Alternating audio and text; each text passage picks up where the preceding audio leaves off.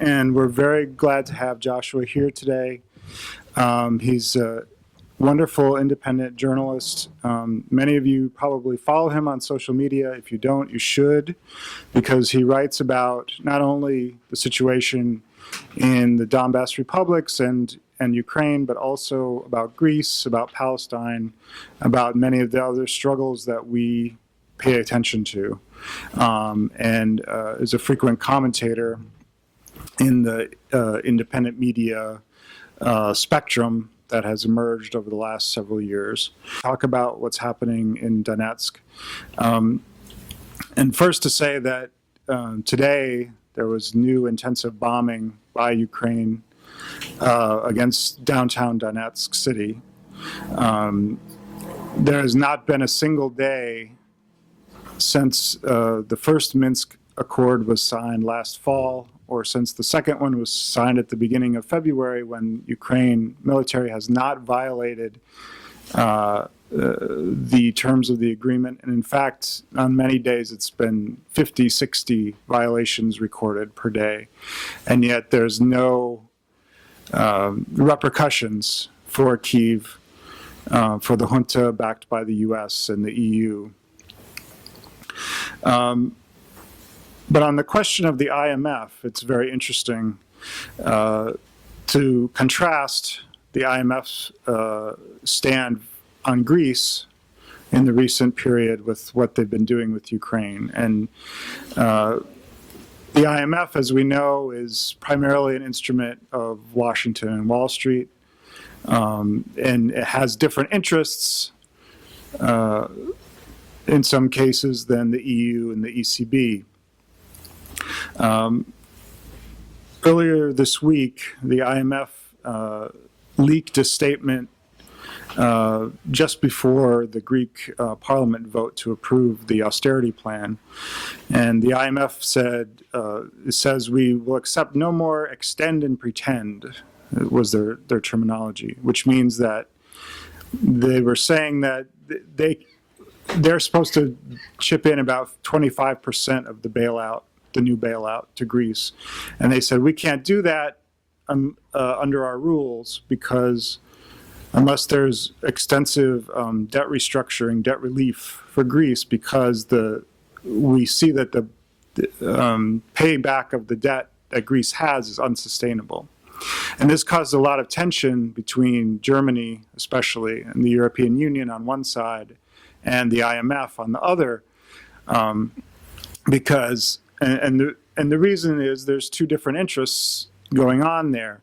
The Germans, have the primary weight of the debt, of Greece's primary debt. They want to be paid back. They want their profits.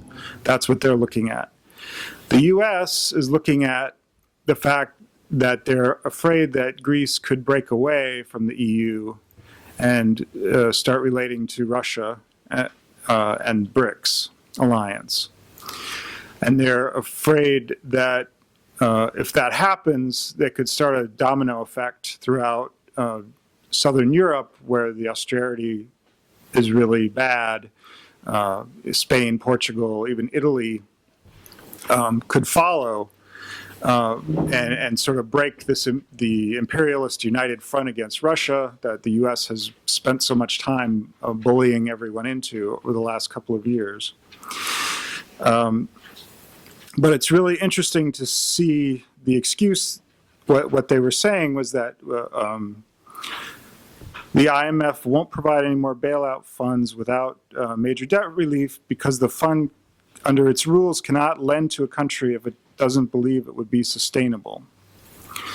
Now contrast this with the situation in Ukraine, which also has unsustainable debt, has been on the verge of bankruptcy basically ever since the junta took power in early 2014.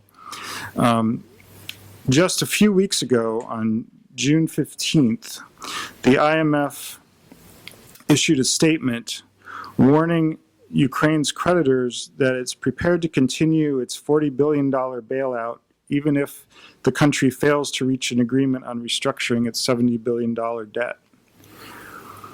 So, and so what's happening is that the IMF is bending the rules in the case of Ukraine because they want Ukraine to continue waging war against the Donbass republics and continue being a front line against Russia. They want NATO bases there to use against Russia. And so this hypocrisy of what the IMF is saying on Greece vis-a-vis Ukraine is significant, will have significant repercussions in the weeks and months to come, because the Germans in particular, from their own class point of view, the ruling class in Germany, are very angry with the U.S. About having sort of been pushed into this position of taking a hostile stance towards Russia, which is not really in their economic interests, but which the U.S. has demanded of them. And now for the U.S. to sort of turn around when Germany's interests are on the line in Greece and say, you know, it's like a big fuck you to them. And it'll be interesting to see how that plays out in terms of the U.S. trying to keep this coalition of the imperialist powers in Europe together behind Ukraine. So I thought that was something we should bring out and talk about when we talk about Greece, is that you know, there's this very contrasting situation in Ukraine. So with that, I'm just going to turn it over to Joshua to talk about his visit to Donetsk and his observations there. And I just want to say thank you. I know it's hard for people to come out to a meeting on Saturday afternoon when we usually meet on Friday evening. But I appreciate everyone who did come out, because this is a really important opportunity for us to hear from an important guest speaker and be able to take this information out into our work in the anti-war and anti-racist movement. So thank you for being here, Joshua.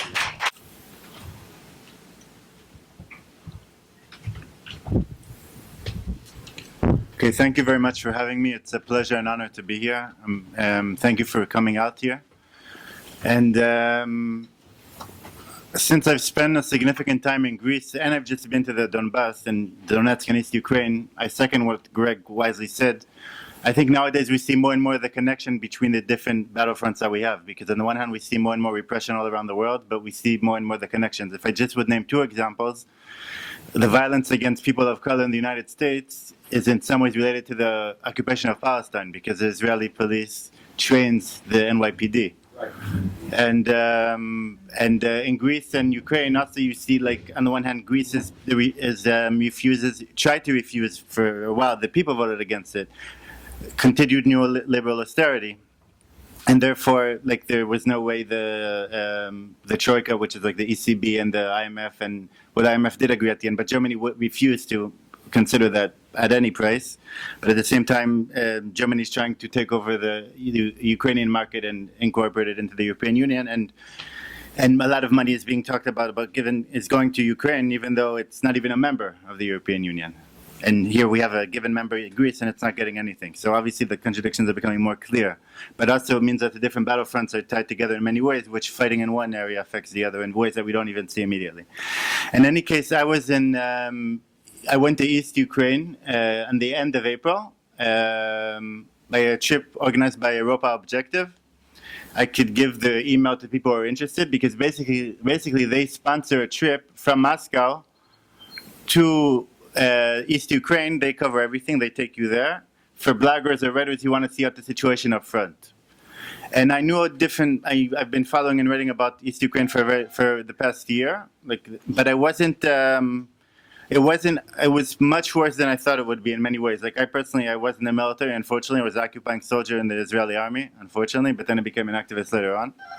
And I saw, I've seen bad things, but I would say some places of what I saw in Donetsk reminded me either of Gaza or even of World War II films like Saving Private Ryan.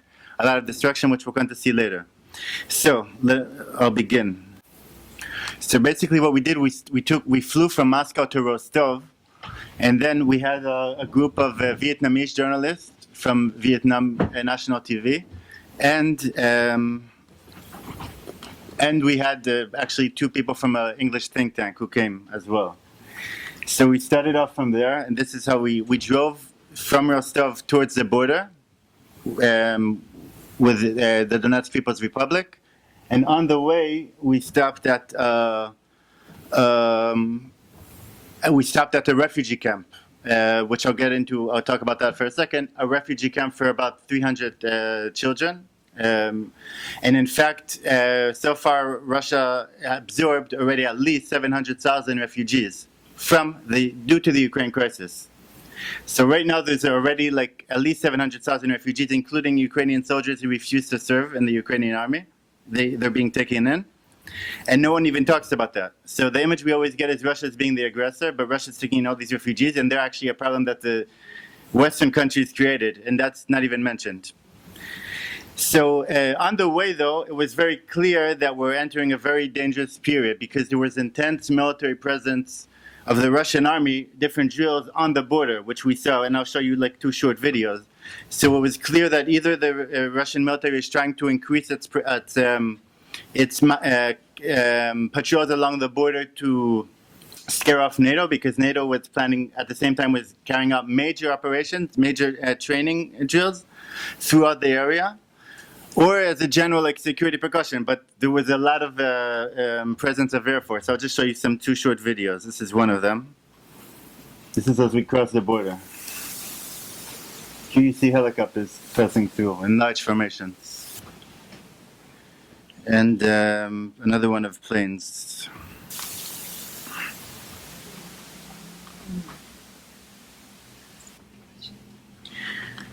Okay, so then we arrived by a refugee camp located by the sea, by the Azov Sea. It's called Primorka. There's about 300, like a few hundred children and refugees come in there. Many of them are children of fighters who are currently in Donbass. And then later they're sent on to different places. Most of them are sent on to work in different places in Russia. So they're being they're there for a short period and then they move on. This is a woman and her daughter who came from the Donbass. They are refugees there. This is here. She's showing a medal of her husband from the Red Army. This is like some of the people in the camp. The children playing. And of course, like this entire problem of refugees gets no mention in the Western media. I mean, first of all, what impression we get is that Russians are not even human, they're subhuman, basically, even as they said explicitly, and we're not even aware of this problem. This is a child and his father, the camp,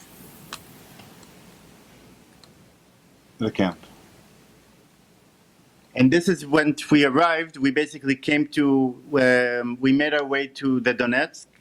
So what happened is that we had to cross through the Russian border. We had like intense checking, and then we walked in, we crossed it, we got to the Donetsk People's Republic soldiers who met us on the other side. And the general impression was that it's they have over, like under the control, a significant part of land. It's not a small territory.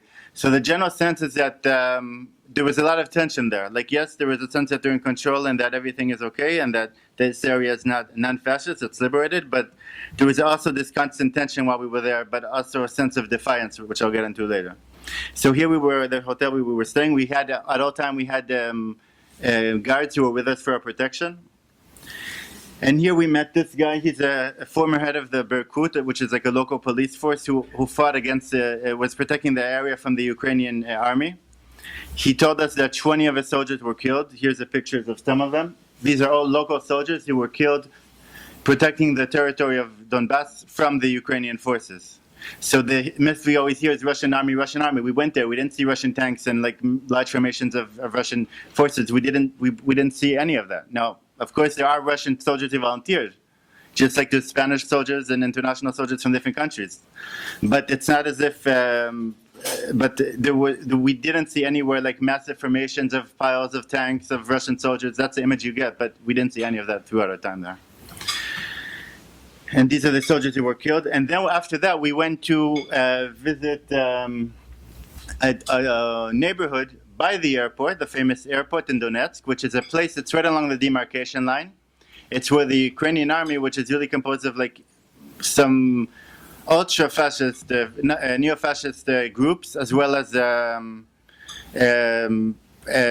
regular forces, and they've been basically, the impression you would have, or what you would have assumed, is that when you get to this area, that it's actually pretty peaceful and quiet, and that there's a ceasefire because of the Minsk II agreement. But in fact, the area was constantly being bombarded, even while we were there, and I have it on video. So this is where we went. We went to visit, like, where the people, a neighborhood by the airport, where a lot of elderly people and also young people live.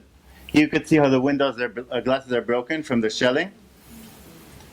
And this is a hospital, which is still operating in parts of it. And these are two people who were fixing it after, like, shelling by the Ukrainian army hit the hospital. And this is not an accident. Like, they intentionally constantly shell civilian areas. They're trying to inflict damage as much as possible. Because they see all of the people there as an enemy, and they're just trying to destroy the people of Donbass. Here you can see an entry hole of a rocket. Here. And here, these are locals who live there, like pensioners who are living in this area. They have nowhere else to go. Like this woman, for example, Allah told me that she has her husband died, she has no children. So she's living here. And basically, their way of life is that they've just living in this neighborhood for months already, under constant shelling. They have nowhere else to go. I mean, the government of the Donetsk People's Republic gives them food. And now actually, I think they'll be moving some of them, or already moved some of them, to houses within, deeper inside Donetsk. But they basically face constant shelling, and there's not much they could do about it. And they're just living in this really abnormal situation, a living inferno, I would say, a living hell. And you'll see soon what I mean by that. Here she was telling us her story, another woman who's there. And what amazed me is that this area, which is being constantly targeted by the Ukrainian army is doing this with full support of the European Union and of the United States. And and until I went there, I didn't know what was going on. When I went there, I didn't know for sure. Until you don't know for sure. But when you go there and you see how, like, these people are being bombarded by by the Ukrainian forces, it's with impunity. It's insane, because the only thing you hear about all the time is how, like, the Russian invasion. No one tells you about the Ukrainian army shelling these people in Donetsk. Here is like with the laundry, but below is a bomb shelter nearby. Here they're walking around here, and every time they're shelling, they go into bomb shelters here. They just wander around, like, meeting each other. It's very depressing. Here's the entry hole in a home, in a building. A bullet which made it into a house. He was telling us a story, how a bomb destroyed, like, a significant part of his home here.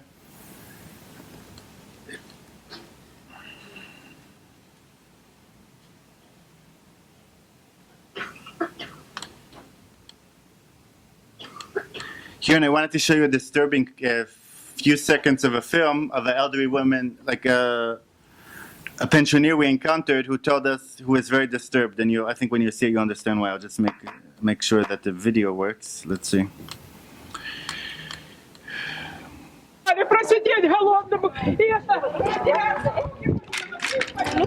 She said she was sitting in this shelter for 6 months.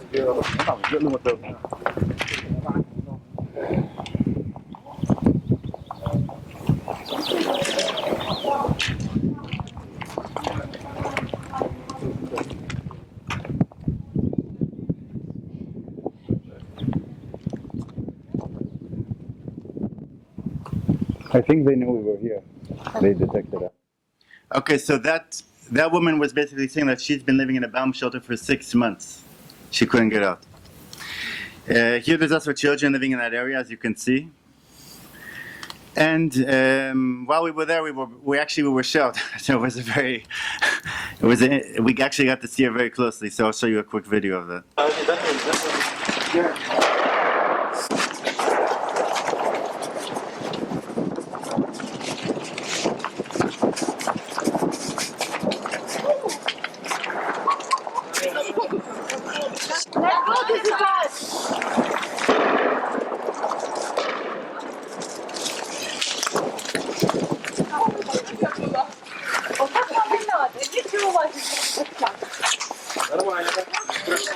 Да нет. Да.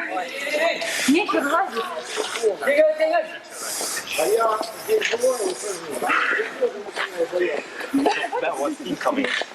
Ladies and gentlemen, let's go. A little bit hurry.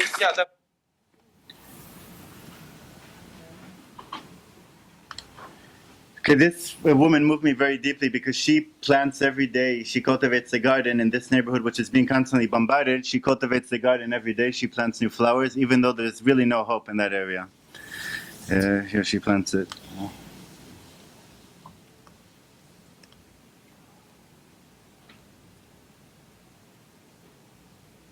Then we visited another part of the city, which deeper inside Donetsk, which was also shelled by a Guard missile, which entered a private apartment. Luckily, no one was killed in this building. This is a view of Donetsk from from the top of the building. From above, it looks very peaceful, so you wouldn't think there's a war going on. But you do hear constant shelling, like during the day and night. Now it's a lot more frequent, unfortunately.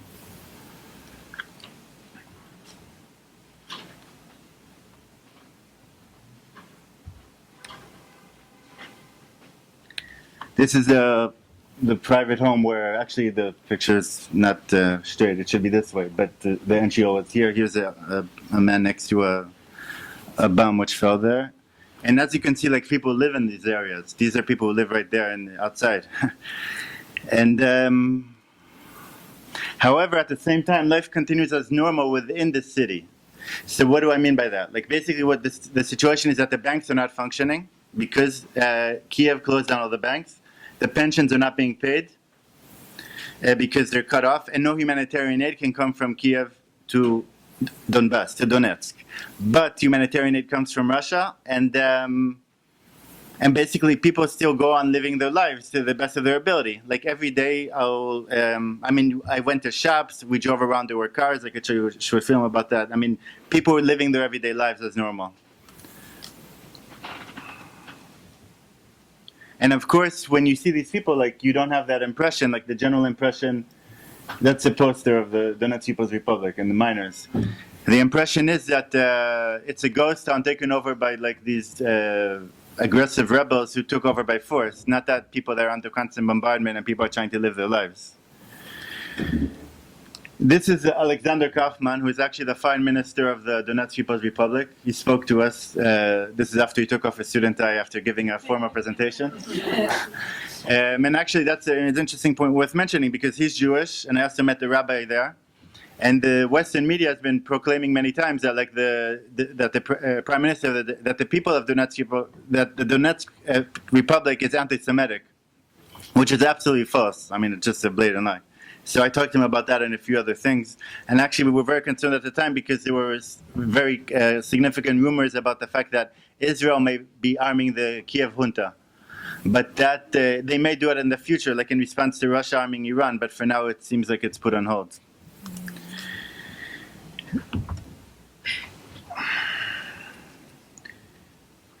Now, after this, we actually went to visit different parts of the outside of Donetsk, because within Donetsk, I'll show you pictures of the average of the life there later, like it'll be later on in the presentation. But within Donetsk, things were bad enough. But here we took we went to see parts where severe battles did take place. And what do you think this is, for example? What is any ideas? Yes, exactly. It's a war memorial. This is a major World War II memorial, which is located on top of a mountain, which has a very good view of all surrounding villages. And the Ukrainian forces occupied it because it's a perfect place from which to shell neighboring villages below.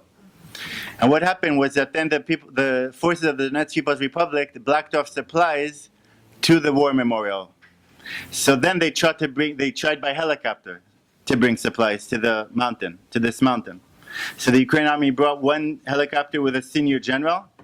The Donetsk People's Republic forces shut it down. Then another one of FSB, very high FSB officials, they also shut it down. But then the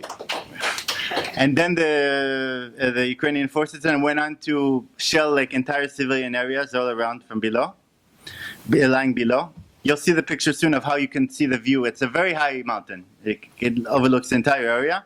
And then, but eventually this mountain was eventually liberated, not before the Ukrainian army placed explosives in the memorial to destroy the World War II memorial. And that makes a lot of sense when you can consider their ideology, because they're pro-Nazi, they're pro-Hitler, and they don't even deny it. So this is part of the old memorial, which wasn't actually destroyed that badly, this part. This entire major explosive, this is a real dedication to put so much explosive into this, you know. And here they place a flag and flowers. Here you can see a little bit in the distance. This can overlook the entire region, like it overlooks it.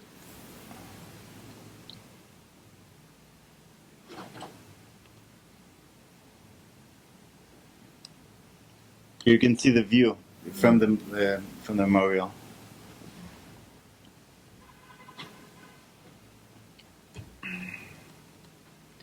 And here, sadly, fresh graves of local fighters who were killed defending their territory from the Ukrainian forces. Local fighters, and you can only imagine that it was probably a few more new graves were added, unfortunately.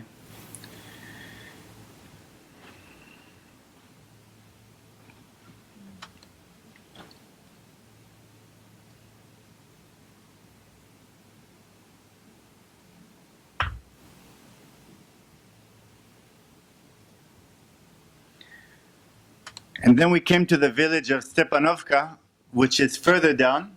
And that was truly, I've never saw something like that in my life. And as I said, luckily I didn't kill anyone when I was in the Israeli occupation forces, but I was an occupying soldier. And I've seen like battles. I've seen places of destruction. But this was truly remarkable. Basically what happened was that after the brother of Dmitry Yarosh, who's a neo-Nazi leader of the right sector, who is the advisor to the Ukrainian chief of staff, after his brother was killed, the Ukrainian army went on to shell the entire village of Stepanovka, which is of locals, trying to inflict damage as much as possible, kill as many people as possible. So here's a short video of what it looks like. There's two different situations. Okay. One when the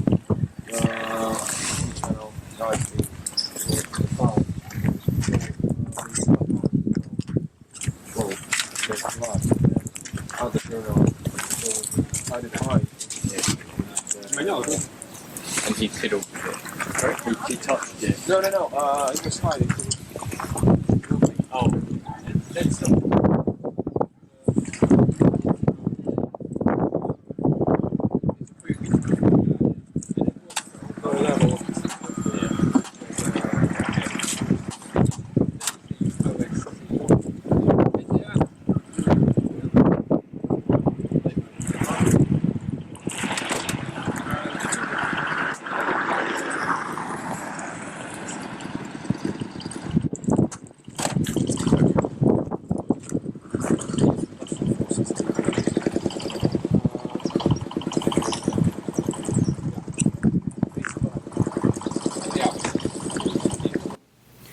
So I can only imagine what it's like living in such a place where because all these homes where people lived, obviously they're dead.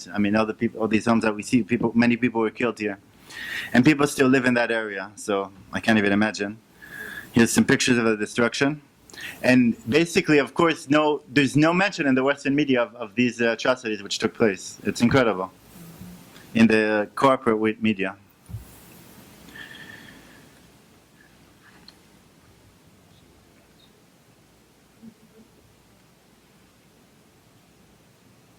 Here you could see a small, like a head of a rocket.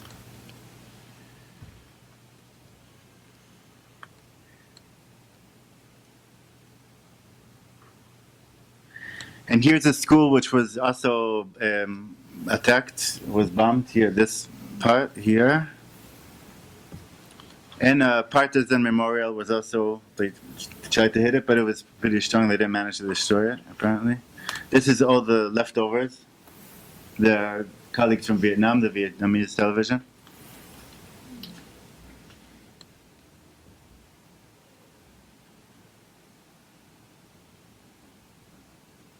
And this woman still lives in this neighborhood. I don't know how they can still live there, but despite all the destruction. And the sad thing is it's nowhere over yet. I mean, the war can begin in a full scale within a week or 2 weeks, and it's a few months, but it's very likely to expand once again. So the whole situation on the ground is one of tension and uncertainty, but still of defiance, like in the sense that they're not going to give up, they're not going to surrender, they're going to keep on living, but no one really knows what's going to happen. And this is inside Donetsk. I walked around there. It's a local store. Basically, business works as usual. You can pay either in Russian or Ukrainian currency. Cafes are open. I went to meet a friend in the evening in a cafe. Cafes are open there. But everything closes around 10 because from 11, you have 1 more hour, but from 11 there's a curfew every night. And but people live on their lives. I mean, there's I'll try. Towards the end, I'll find a short clip to show you, which is in a different place. Here you can see people walking around.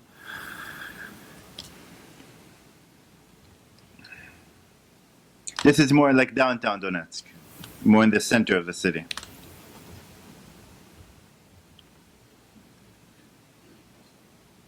And people there are very. I would say I would say that since the coup in Kiev. Since the coup of the junta, they were in shock because they see how like these pro-Nazi people were placed in power. Now they're more adjusted to it. Now they're aware of it. They're more confident that it took place. But now they're going to defend themselves, and they're waiting to see what's going to happen. But they're a little bit shocked, but not as much as they were before. I think they acclimated relatively quickly.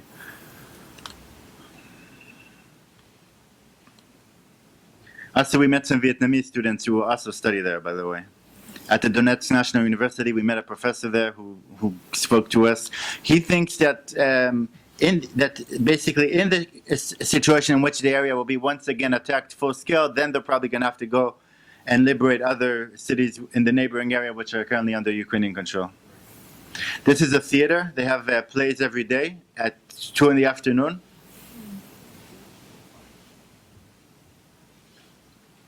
It's the Prime Minister, Alexander Zaroshenko. Here.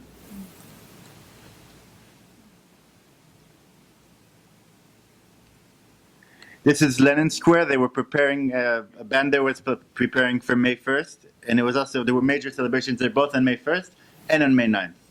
So there's still, like, in the whole Donbass region, there's still, I mean, in this area, there's still, the original inhabitants were about 1 million, now there's still about, like, 600,000, maybe a little bit less, but still, like, hundreds of thousands of people living there. Here they're selling like the different like flags and things of the Donetsk People's Republic. This is for children. And by the way, the streets were very, very clean, very clean. They worked very hard keeping them clean. And it's here. It says Donetsk. Yesterday, today, and tomorrow.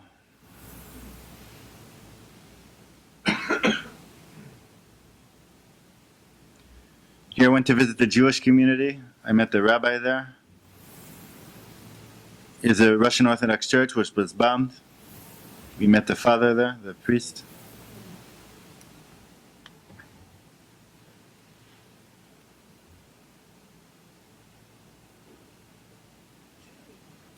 Yeah.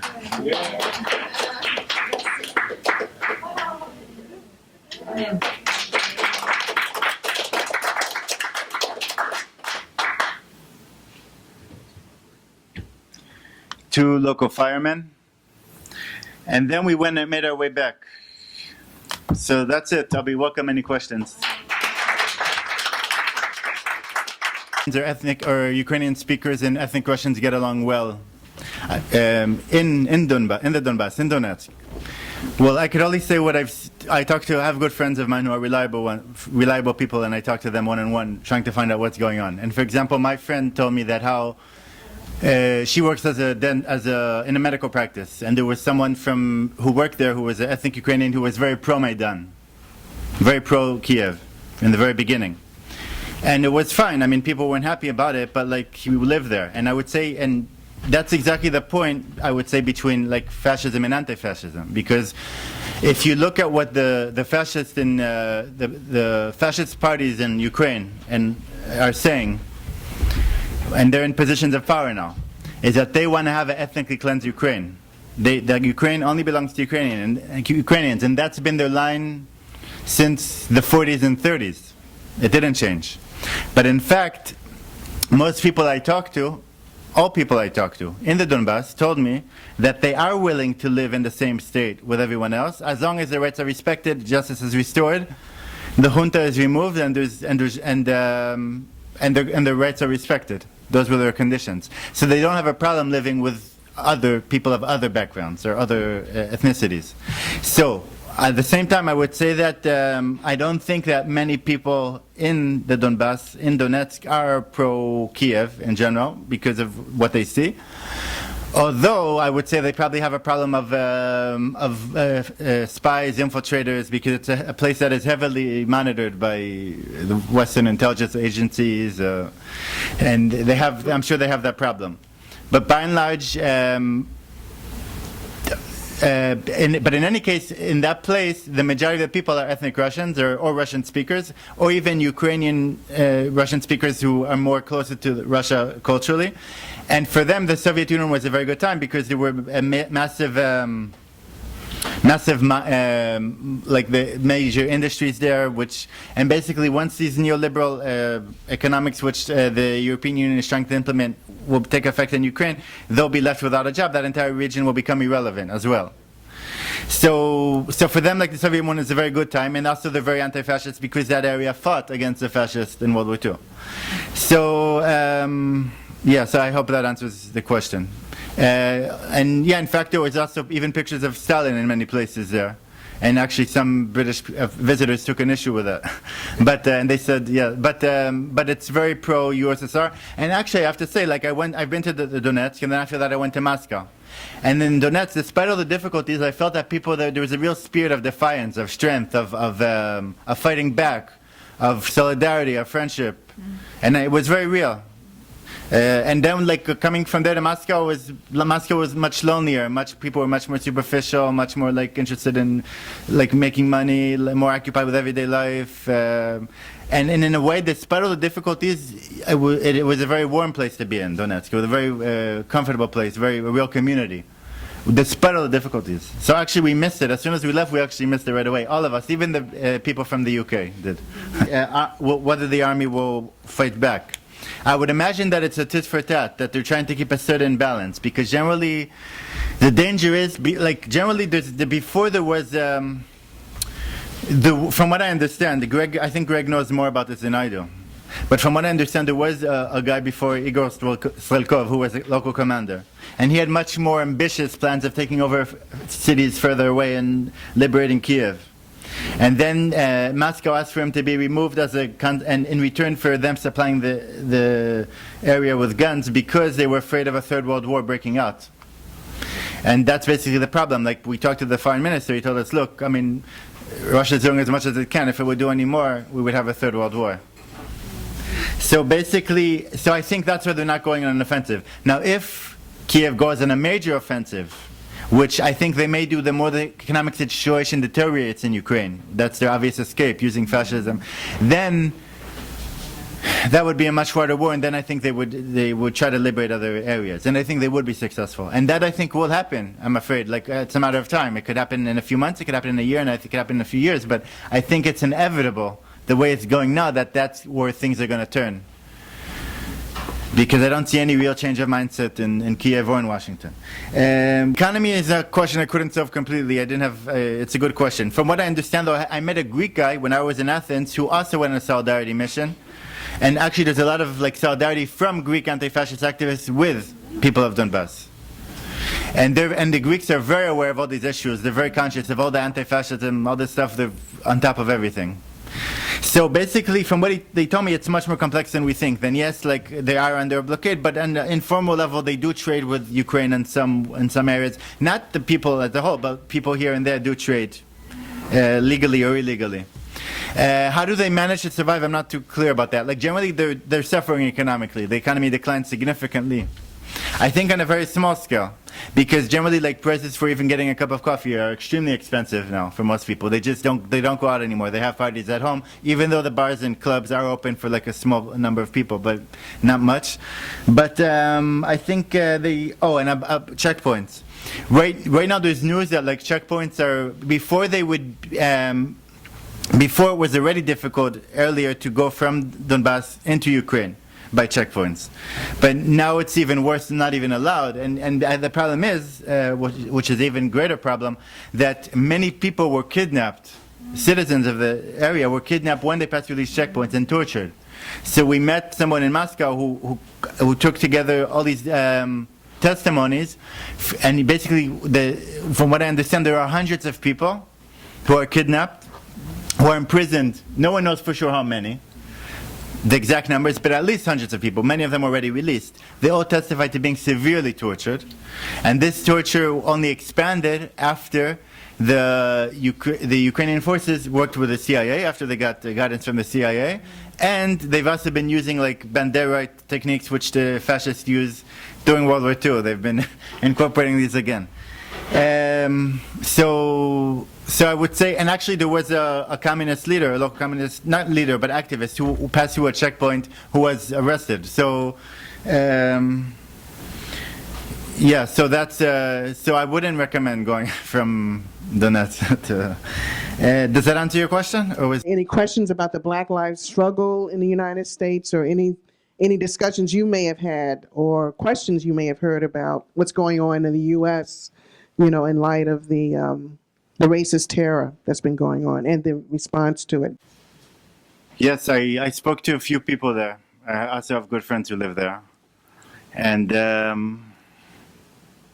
would say they're not really surprised of all the violence here. Because it's like, in a way, the U.S. is doing what it's doing around the world. In a way, one of the reasons is to avoid its own issues, which are going on for already hundreds of years, you know? Mm-hmm. So,